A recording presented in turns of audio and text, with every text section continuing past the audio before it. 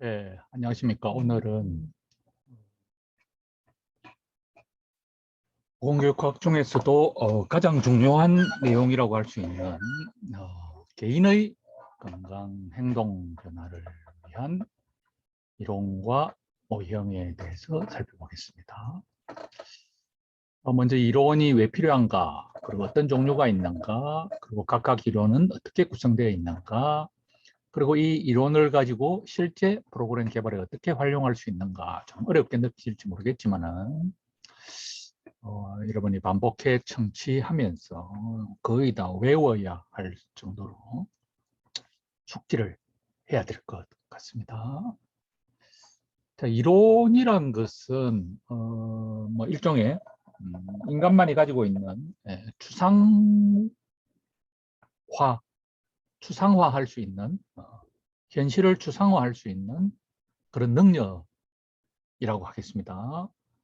뭐 예를 들어서 동물들은 그런 추상화할 수 있는 그런 능력이 부족하지만 사람은 그냥 지금은 뭐 봄날이구나, 이거는 여름이구나, 가을이구나, 겨울이구나, 이렇게 뭔가 구체적인 것들을 추상화할 수 있는 능력이 있어서 이런 걸 유발 하라리란 분은 어, 허구라는 표현도 했죠. 예를 들어서 뭐 모든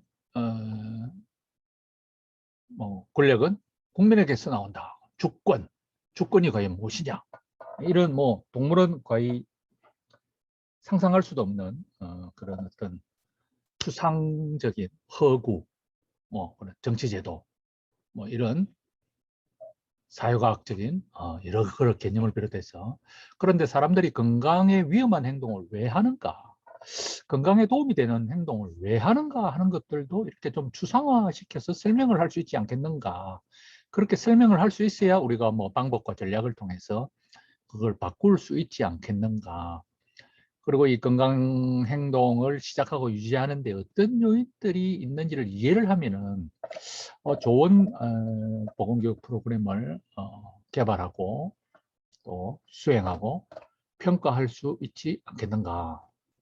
뭐 최근 들어서 우리나라도 아주 70년대부터 남성 흡연율이 뭐 절반 이하로 떨어진다든지, 단주, 금주 시도율이 올라간다든지, 뭐 비만율은 올라가고 시도는 많이 하는데 성공한 사람은 적다든지, 그런 것들을 잘 좀 이해를 할 수 있어야 이런 프로그램을 만들어낼 수 있지 않겠는가. 그래서 바로 이런 이론이 필요하다. 그래서 이번 시간에는 이제 개인을 대상으로 효과적으로 수행하고 평가하기 위해서 일단 개인을 잘 이해할 필요가 있죠. 이제 집단에 대한 이해도 필요하고, 뭐 직장, 국가, 뭐 문화권, 또는 뭐 커플, 부부, 또는 뭐 가정. 비만 같은 경우는 또 가정 단위가 아주 중요한 단위라면은, 뭐 예를 들어서 피임이나 이런 것들은 커플 단위가 또 중요할 수도 있고. 오늘은 일단 개인을 설명하는 이론들을, 뭐 개인에게 있어서는 주로 이제 지식이나 미래이나 가치나 태도 등 개인의 어떤 이런 인지, 코그니션이 좀 중요한 변수가 되는 경우가 많다고 하겠습니다. 그래서 먼저 인지조화론이라는 이론이 있습니다. 사람의 지식, 태도, 행동은 이렇게 뭔가 어떤 바람직한 지식이 그게 태도화돼 가지고 행동으로 바뀌는 이런 뭐 아주 행복한 경우도 있겠지만은, 불편한 진실을 알고 있음에도 불구하고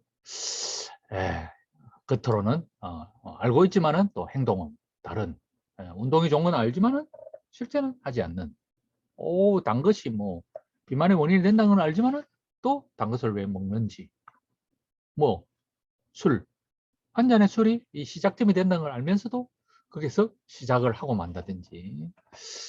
그래서 이렇게 어떤 태도와 그 사람이 지식이나 태도하고 행동이 불일치가 되면은, 뭔가 그 사람의 속에서 부조화가 발생을 하게 된다면은, 그때 그 태도나 지식을 바꿔준다면은 부조화를 줄일 수 있지 않겠는가. 담배가 나쁘다는 걸 알면서 금연도 하고, 또 담배가 나쁘다는 지식이나 태도가 에 맞게 이런 행동을 하게 되면 아주 조화로운 상태가 있지만은, 이게 뭔가 부조화에 빠져 있으면 그 부조화된 부분을 고쳐주면은 되지 않겠는가 하는 아주 좀 단순한 이론이라고 할 수 있겠습니다. 그렇지만 뭐, 자, 우리가 여러 번 앞에 이야기했듯이 왜 사람들이 이렇게 행동할까 생각을 하다 보니까, 예전에는 그렇게 생각했어요. 올바로 가르쳐 주면은 그게 그 사람의 태도가 돼 가지고 행동이 바뀌지 않겠는가. 뭐 그래서 이걸 앞글자를 따서 knowledge K, attitude A, behavior KAB 이론이다. 그런 어떤 이론도 뭐 한때는 아주 뭐 좀 유행했죠. 그래서 흡연의 위험에 대해서 뭐 가르쳐 주고, 뭐 공포감을 불러 일으키는 뭐 이런 CF를 방영을 하면은 담배를 끊을 줄 알았는데, 이게 조금 어쨌든 뭐 아주 한때는 이게 맞는 줄 알았는데 또 다 맞는 거는 아니다 하는 그런 진실도 알게 됐죠. 자, 그래서 인지부조화론 여전히 유용합니다. 지식, 태도, 행동이 일관된 어떤 조화된 상태가 있지만은, 그럼에도 불구하고 어떤 이런 부조화를 경험하는 사람은 이를 해소하기 위해서 노력을 하게 된다. 운동하게 되면 아주 뭐 격렬하게 따로 여가 시간에 오래 세게 격렬하게 따로 해야 된다는 걸 알았는데, 알고 봤더니 그렇게 한다는 것은 정말 어려워서 거의 사람들의 행동이 잘 변화가 되지 않는데, 90년대부터 세게 하지 않아도, 오래 하지 않아도, 따로 하지 않아도 이게 효과가 있구나. 한 잔의 술도 바람작용이 있구나. 뭐 우리가 적당한 음주라고 알고 있었던 게 알고 봤더니 뭐 이렇게 인지 기능에 상당한 해를 미치는구나. 그러면은 거기에 맞는 이제 태도와 행동이 변화되도록 시도를 하게 되겠죠. 자, 그래서 이론은 그러한데 사실 이런 인지 부조화 이론을 가장 효과적으로 활용되고 있는 영역이 바로 이 동기부여 상담, 모티베이셔널 인터뷰, MI라고 할 수 있겠습니다. 뭐 아주 현실적으로 많이 쓰이는 방법이죠. 1대1로 보건 교육을 할 때 항상 가능성을 두고 질문을 합니다. 오늘 제가 뭐 어젯밤에 있었던 일 때문에 우리 장인의 예를 조금 이렇게 들어본다면은, 장인은 어저께 뭐 하여튼 쇠고기 육회를 먹고 한밤중에 전화가 오고 결국 그래가지고 어디 가면 좋겠냐 해서 해운대 부민병원에 응급실까지 가가지고 강제능 검사를 했더니 수치가 300이나 나오고, 제가 볼 때는 포도상구균 식중독일 거로 추정이 되는데, 뭐 보니까 아마 그 강제능 수치가 그래 올라간 게 제가 보기에는 그게 지방간 때문인 것 같아요. 예전에 폐암이 5.8cm짜리가 발견이 돼가지고 거의 수술을 못할 지경이었는데, 뭐 기적적으로 사실 그 이제 폐를 절제해내고 담배를 끊어가지고 지금 10년 넘어 잘 살고 계신데, 그 전까지는 뭐 아무리 담배의 해로움을 이야기하셔도 참 끊기가 힘들었죠. 그런데 뭐 삽시간에 그때 이제 그런 일을 당하고 난 뒤에 끊게 되셨는데, 제가 좀 이야기하는 게 이렇게 너무 하루 종일 앉아만 계시면 이게 담배 피우는 것만큼 해로운데, 이걸 어떻게 우리 장인을 이제 운동을 하게 만들 것인가. 열린 질문을 하는 거예요. 이거 제가 그래 요즘 만나면은, 아버님 그렇게 뭐 오랫동안 앉아 계시고 뭐 이렇게 하면 뭐가 좋은 것 같습니까? 뭐 해로운 게 있는 것 같습니까? 그러면 이제 답변을 하신단 말이에요. 나는 뭐, 우리 손녀가 사준 그 뭐, 태블릿에 장기 두는 게 이게 재밌어가지고, 뭐, 새벽이고 밤이고 이거 한다고 시간 가는 줄 모른다. 상대방이 이제 대답을 하면 이렇게 인정을 하고 반영적인 경청을 한다.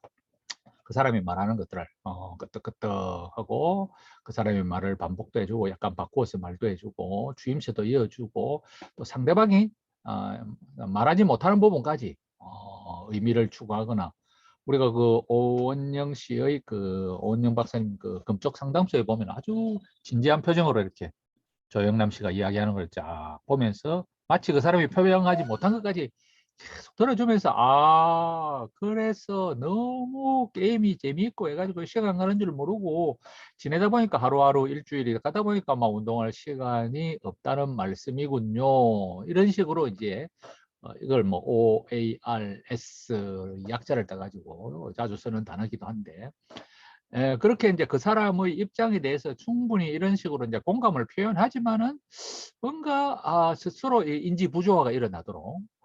그런데 감기는 수치가 왜 올라갔을까요? 왜 이렇게 그 감기를 자주 하실까요? 허리는 왜 이렇게 자주 아플까요? 왜 이렇게 또 이렇게 몸 컨디션이 늘 이렇게 찌부드드하고 머리가 안 맑을까요? 이렇게 이제 본인 스스로 모순을 이렇게 이제 인지하도록 만들 때 논쟁은 피합니다. 그죠? 지시도 하지 않고 교육도 하지 않고 그 사람이 뭐 또 저항을 하면은 같이 구르는 거예요. 아이고 운동에 좋긴 좋은데 그 힘든 걸 뭐 내가 뭐라 일부러 하겠노. 그래 안 하고도 뭐 잘만 살았는데. 예, 그렇지요. 그때까지 뭐 잘만 살았는데 그런데 뭐 잠시 집안일 같은 건 아버님 보니까 뭐 그래도 명절날 사위들 있는데 뭐 설거지도 하시고 서서 뭐 이렇게 좀 움직이고 하는 거는 잘 하시는 것 같은데요. 이런 식으로 자신감을 이렇게 키워주는 이런 방식의 이제 어 면담을 동기부여 상담이라고 합니다. 그래서 개인을 대상으로 해서 이게 인지부조화 이론이 가장 자주 쓰이는 게 바로 이 동기부여 상담인데, 개인이 행동 변화에 대해서 망설이고 있고 준비가 되지 않을 때 효과적인 방법으로서 설득이나 충고를 하지 않습니다. 장단점이나 긍정, 부정적인 면을 그분이 표현할 수 있도록 돕는데, 저도 우리 학생들처럼 이렇게 좀 긴 시간을 들여가지고 면담을 하고 싶은데, 아이고 명절이나 뭐 일이 있을 때 만나면은 앞으로 좀 그렇게 해야 되겠다 하는 생각을 하고 있습니다. 그래서 보건교육사는 한 개인이 행동 변화에 대해서 생각을 하는지 안 하는지 그 이유를 스스로 발견하게 하고 또 그 이유에 대해서 생각해 보도록 유도하는 역할을 통해서 각 개인이 인지 부조화 상태를 경험해서 그래서 그 상반되는 것을 발견하고 왜 그런지 생각을 하게 만드는 방법으로 이게 활용하는 것이 대표적인 활용 방법이 되겠습니다. 두 번째 이론입니다. 이 뭐 제가 이론은 허구라 그랬죠. 본래부터 이 땅에 이 세상에 있던 게 아니라 왜 그럴까 하고 이제 골똘히 생각을 하다 보니까 만들어낸 것 중에 하나가 바로 건강에 대해서 사람들의 어떤 생각 때문에 어, 이런 어떤 행동을 하지 않겠는가 하는 이론이 바로 건강신념 모형이 되겠습니다. 일종의 그 사람이 가지고 있는 가치가 있고 기대하고 있는 게 있으니까 건강 행동을 실천하는 것은 특정 행동을 하면 특정 결과를 특정 결과를 가져올 것이라는 어떤 가능성에 대한 인식과 또 그 가능성을 얼마나 귀하게 생각하는가 하는 가치에 대해서 결정된다는 이론으로서 이 건강신념 모형이 개발되었다고 합니다. 그래서 사람의 행동을, 건강과 관련된 행동을 설명할 수 있는 몇 가지 차원을 한번 이렇게 생각을 해내 본 거죠. 생각을 하고 나면은 뭐 콜럼버스 달걀 같이 보이지만은 처음에는 이런 생각을 해내기가 쉽지 않았겠죠. 그래서 어떤 의학적인 처방에 따라 진단된 질환에 따라서 사람들의 보이는 행동에 적용을 해서 50년 이상 아주 널리 활용된 사회 심리학적 모델이라고 할 수 있겠습니다. 그래서 이것은 처음에 이제 그렇게 생각을 했죠. 어떤 사람이 행동을 하는 것은 담배를 피우면은 내가 폐암에 걸릴 가능성이 크다고 생각되는 사람은 담배를 끊을 거라고 생각을 할 거고, 또 폐암이라는 게 알고 봤더니 지금은 뭐 여러 가지 항암제가 많이 나왔지만은 한번 걸렸다면 야 이게 1년도 못 가고 뭐 몇 년을 넘기는 건 아주 힘들구나, 심각한 것이구나. 그리고 만약 담배를 끊는 게 되면은 그거면은 끊게 되면 그것만 해도 한 달에 돈이 수십만 원이 전략이 될 수 있구나. 뭐 담배 끊어봤자 해로운 거는 뭐 약간 뭐 안절부절 그런 거 정도가 아니겠는가.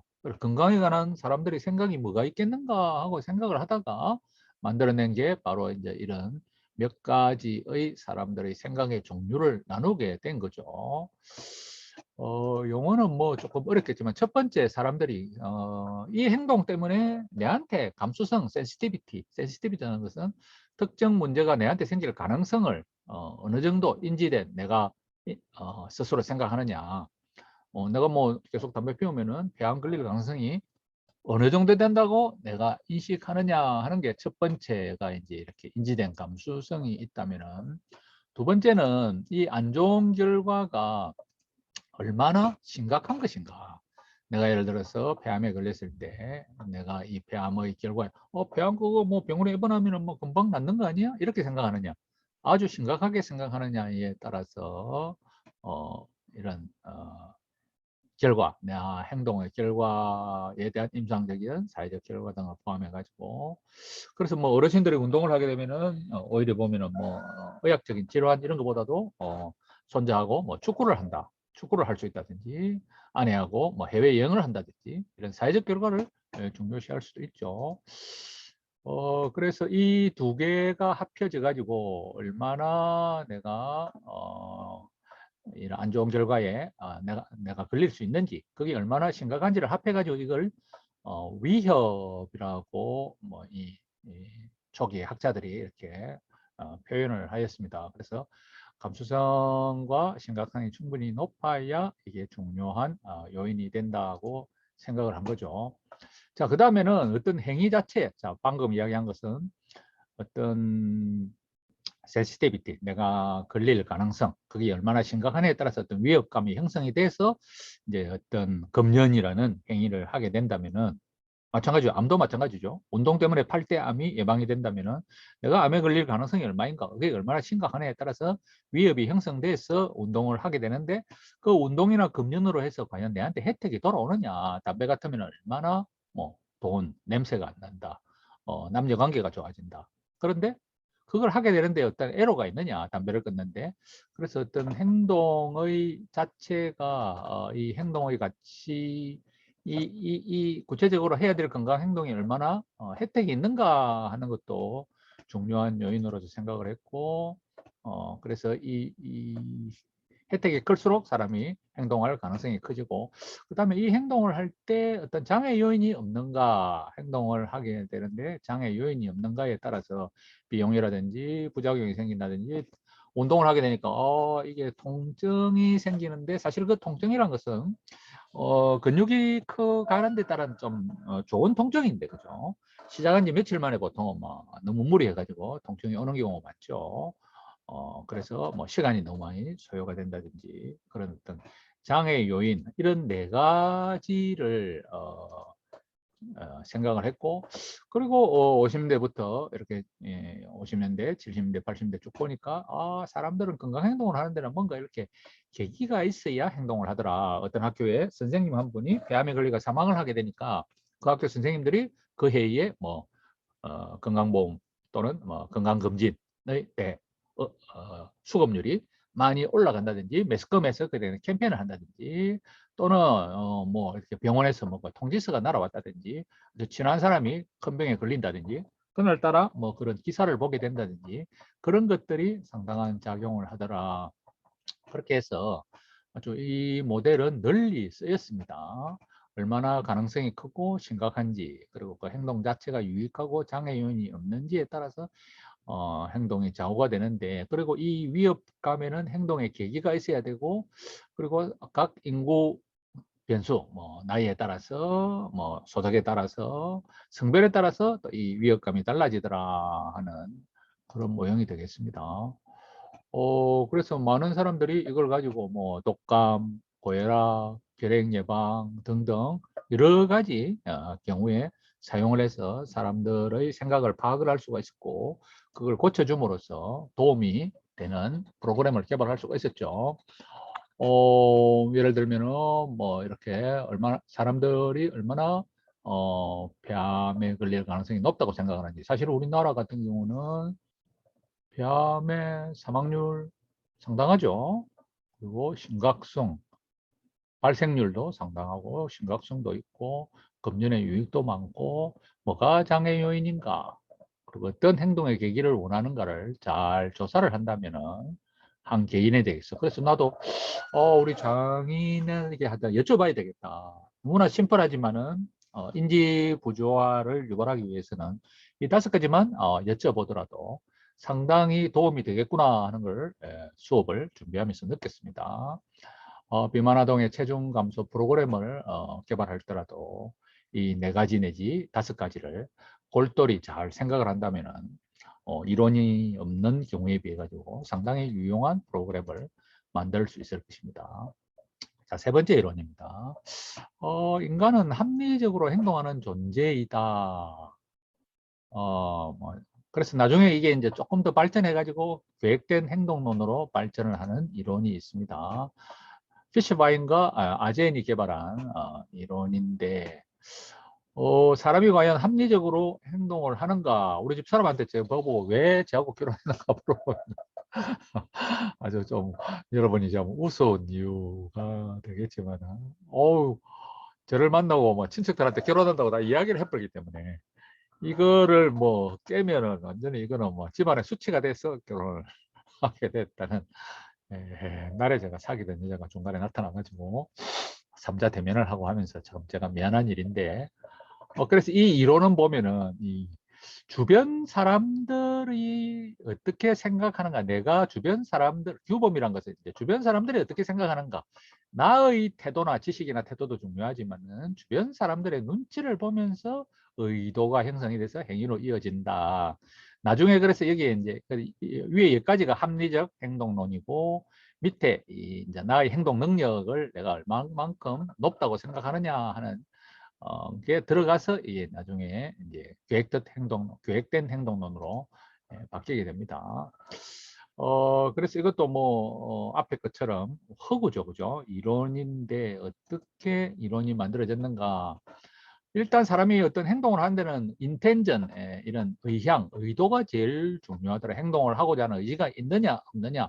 그런데 이제 그 의지란 것이 무엇이냐 했더니 봤더니 이게 이제 그 개인의 어떤 이런 태도도 중요하지만은 주변 사람들이 어떻게 하고 있는가를 내가 어떻게 생각하느냐 하는 주관적 규범도 중요하더라 하는 게 이 이론입니다. 그래서 이게 뭐 커플들의 비임이라든지 청소년들의 뭐 흡연이라든지 또래의 어떤 영향이 큰 행동에 대해서는 오히려 앞에 건강신념 모형보다는 오히려 이런 것들이 더 중요한 경우도 많죠. 뭐 유방암 환자들 같으면은 뭐 유방을 절제함으로써 남편의 사랑을 잃게 될까 싶어서 그것도 같은 환우들끼리의 여러 가지 이런 또래의 영향을 많이 받게 되는 그런 상황에서도 쓰이기도 하고요.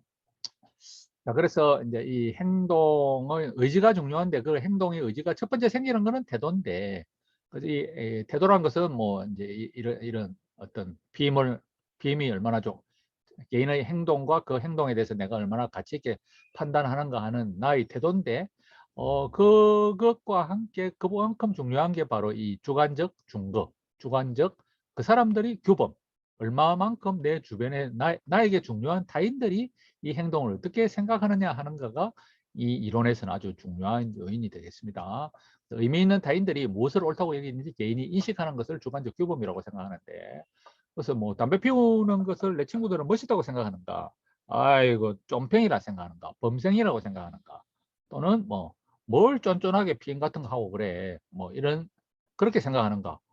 책임 있는 여자, 우리 그때 그 옛날 귀여운 여인 그런데 보면은 뭐 줄리아 로버츠던가 그렇게 치아를 막 치실을 사용하는 걸 보고 우리 백만당자가 그걸 보고, 야, 이 사람은 자기를 소중하게 생각하는 사람이구나. 주관적 규범은 어쨌든 개인과 함께 주관적 규범이 하나의 모형으로 들어가게 된다는 것이고, 그다음에 이제 이게 가장 최근에 들어간 것이 행동 통제력이 되겠습니다. 내 같은 사람이 제대로 규칙적 운동을 할 수 있을 것인가? 내가 피임을 할 수 있을 것인가? 내가 담배를 끊을 수 있을 것인가? 내가 과연 단주를 할 수 있을 것인가? 하는 행동을 내가 통제할 수 있을 것인가에 대해서 내가 어떻게 생각하는가 하는 것이 마지막 모형이 되겠습니다. 그래서 이렇게 개인의 태도와 주관적 규범, 그래서 이걸 다른 말로는 뭐 행동에 대한 나의 신념, 규범적 신념, 주변 사람들이 생각하고 있는 규범적 신념, 통제 신념이라고 부르기도 합니다.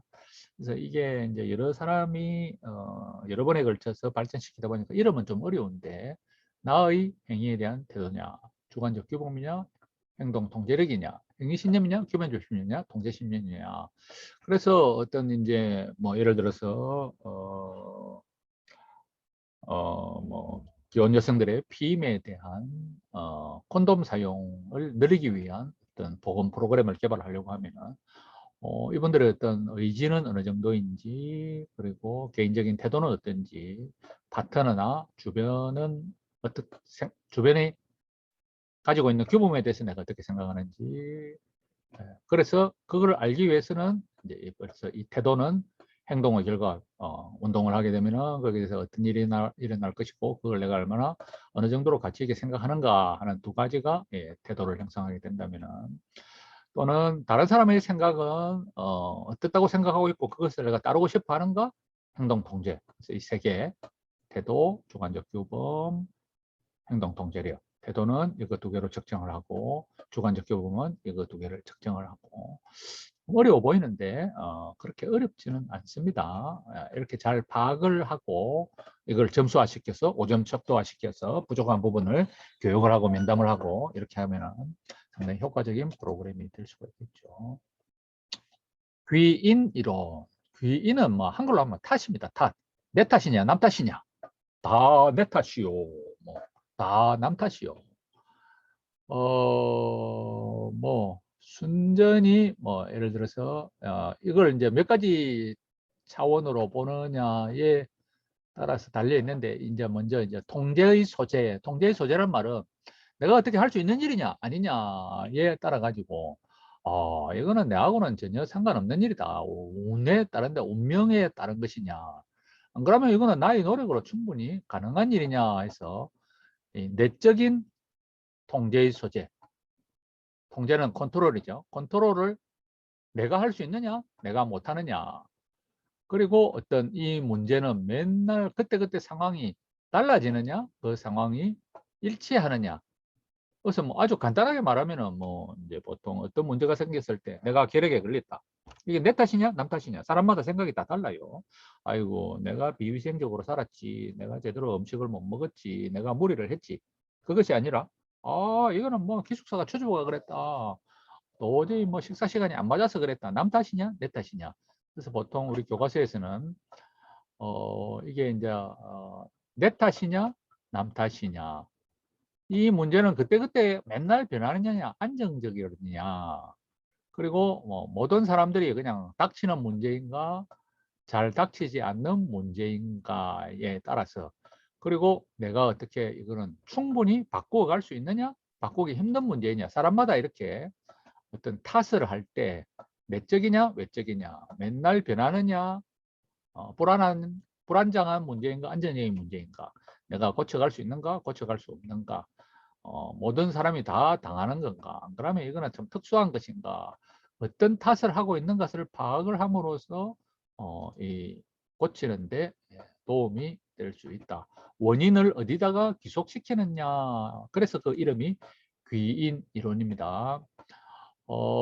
성경에 있는 10대 여학생이 현재 임신을 하지 않은 원인을 비임을 잘 사용했기 때문에 생각한다면 비임을 계속 할 것이지만은, 아이고 임신은 운이라고 생각한다면은 이 비임법을 사용할 가능성은 줄어들겠죠.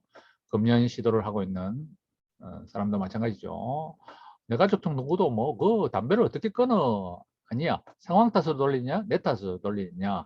그래서 그 사람의 지금 현재 어떤 탓을 하고 있느냐를 잘 파악을 한다면 내적이냐 외적이냐, 고칠 수 있느냐 없느냐, 그리고 이 문제가 내만 닥치는 일이냐 사람들이 다 닥치는 일이냐, 문제가 변화하느냐 잘 변하지 않는 것이냐. 사람마다 이런 생각이 다른데 이런 것을 잘 파악을 한다면은 뭐 보통 이제 이게 환자들도 그렇고 어떤 문제가 생겼을 때, 어저께로 우리 장인이 제가 볼 때는 우리 장인이 평상시에 이제 코를 잘 만지세요. 수없이 말씀을 드렸는데 옛날 분이다, 그죠?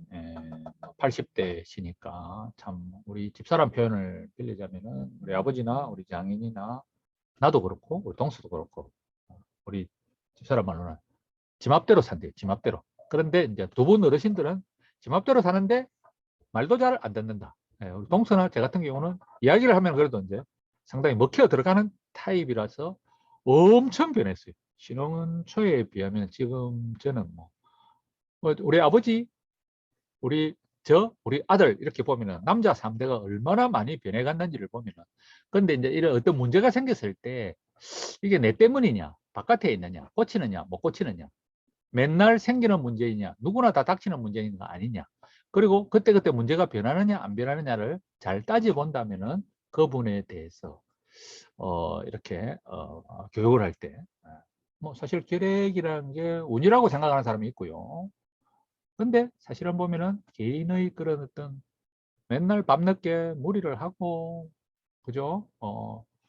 위생관념이 좀 떨어지고 마스크도 맨날 코를 내놓고 쓰고 조금만 고치면 되는데 운동을 조금 하면 되는데 그리고 뭐 계획이란 것은 옛날이나 지금이나 로마 시대나 지금이나 사실은 그 뭐 늘 그 비위생적이고 못 먹고 무리하면은 언제든지 올 수 있는 거잖아요. 잠복을 해가 있는데 그런 걸 잘 모를 수가 있는 거죠. 뭐 계획에 대해서 제대로 뭐 WHO 지금도 막 캠페인을 하고 있는데 얼마나 보편적인 문제인데 이런 걸 모르면은 이게 그냥 뭐 이거는 그냥 뭐 내한테만 닥친 문제인가 이런 걸 잘 파악을 한다면은 교육을 하는데 상당한 도움이 되겠죠. 자, 범위론 모형 프로차스카라는 분이 이제 술 담배와 관련해서 이것도 뭐 하고 나니까 콜럼버스 달걀인데 사람이 변해가는 거는 단계가 있는 것 같더라. 그리고 그 단계가 한 번에 쭉 가는 게 아니고 왔다리 갔다리 했다가 중간에 또 다른 데로 툭 갔다가 이게 이런 변화의 또 단계도 있고 더 파고 들어가면은 변해가는 과정도 있더라. 인식이 감정으로 변해가지고 자아상이 변하고 환경을 재평가하면서 자기 주변의 변화까지 눈치를 채느냐. 그래서 지금 하고 있는 앉아서 하는 걸 서서 하고 서서 하는 걸 가볍게 움직이고 가볍게 움직이는 걸 중강도로 움직이고 중강도를 격렬하게 움직이고 도움을 요청하느냐. 그래서 나의 목표를 달성했다 상을 주느냐. 그래서 공개적으로 써붙이고 선언을 하고 그리고 고위험 상황이 오게 되면 그 자극에 대해서 미리 대비를 하는 사람들은 이렇게 단계가 쭈르륵 올라가는데 출발할 때는 장단점 균형이 중요하더라. 좋은 점이 너무 많으니까 단점을 넘어가도록 해야 되겠고 그러면서 자기 효능감을 키워줘야 되는데 자기 효능감이라는 것은 자기가 직접 해보거나 남의 말을 듣거나 또는 몸의 어떤 변화를 자기의 어떤 느낌으로서 키워가거나 안 그러면은 뭐 전문가에게 설득을 당하거나 그래서 이런 변화의 단계와 과정은 출발할 때 의사결정 균형에서부터 자기 현원감이 복합적으로 작용하더라. 뭐 다 하고 보니까 당연한 말 같지만은 이런 걸 생각해냈다는 건 참 대단한 일이죠. 그리고 이게 바로 우리나라에서 2000년 초반에 70년대 남성 어민율 80%를 절반으로 떨어뜨리고 지금은 이제 30% 밑으로까지 끌어내리려고 하는 금년 클리닉의 큰 원동력이 된 이론이 되겠죠. 그래서 이론의 힘이라는 게 이렇게 범이론 모형은 범이론, 트랜스 여러 이론을 모아서 만들었다 그런 뜻입니다. 그래서 이 한 이론에서 나온 것이 아니라 버전의 뭐 이런 변화의 단계 이론 단계가 있구나. 더 쪼개 보니까 또 과정이 있구나. 머릿속에서만 있는 인지적 과정과 행동적 과정이 있고 또 이게 의사결정 균형, decisional balance, 장단점이 시소처럼 이렇게 균형을 바꿔줘야 되고 그러려면 자기 효능감을 키워줘야 되겠구나 하는 네 가지로 구성된 이론이 되겠습니다. 그래서 단계는 pre-contemplation, 심사숙고를 아예 그 행동을 하려고 진지하게 생각을 해본 적도 없는 사람에게서 6개월 안에 해야지 하고 심사숙고를 하는 사람에게서 구체적으로 계획을 잡아서 한 달 이내에 해야 되겠다고 하는 준비 단계가 있고 이제 액션을 했는데 6개월이 안 된 사람이 있고 6개월 이상 이렇게 실천을 해온 사람이 있더라. 그리고 이 드클레멘트라는 사람과 함께 더 좀 쪼개보니까 머릿속에서 일어나는 인지적 과정이 있고 행동적 과정이 있다는 것까지 아까 이론, 추상, 허구 생각을 해낸 거죠.